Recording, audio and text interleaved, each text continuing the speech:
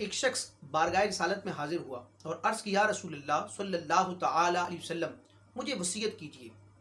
اور دوسری روایت کے الفاظ ہیں کہ اس شخص نے یوں عرض کیا رسول اللہ صلی اللہ تعالی علیہ وسلم مجھے ایسی شے کے بارے میں علم عطا کیجیے جو مجھے جنت سے قریب اور جہنم سے دور کر دے۔ تو سرکار اعظم صلی اللہ تعالی علیہ وسلم نے ارشاد فرمایا لا تغضب، غصہ نہ کرو۔ اور ایک روایت کے الفاظ ہیں کہ سرکار اعظم صلی اللہ تعالی علیہ وسلم نے یوں ارشاد فرمایا لا تغضب ولک الجنہ، غصہ نہ کرو تمہارے لیے جنت ہے۔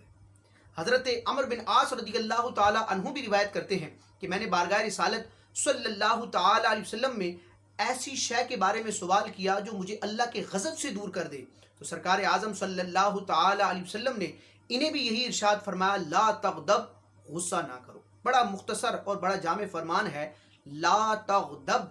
لا تغضب، لا تغضب،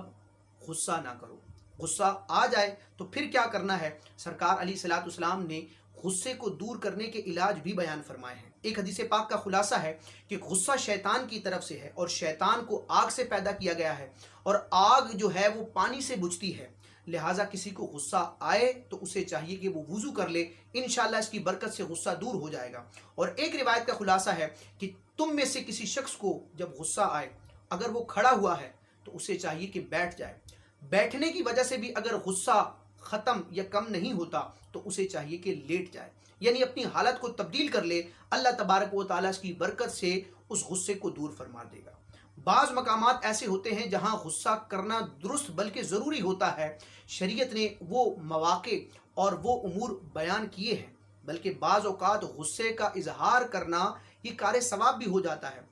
جو کہ علماء کرام نے اپنی کتب میں تفصیل کے ساتھ بیان کیا ہے، لیکن اپنے نفس کے لیے بے جا جو غصہ ہے اس کی مذمت کی جاتی ہے۔ اللہ تبارک و تعالیٰ اس غصے سے ہمیں محفوظ فرمائے، کیونکہ سرکار علیہ الصلوۃ والسلام نے اپنی امت سے، اپنے غلاموں سے ارشاد فرما دیا لا تغضب،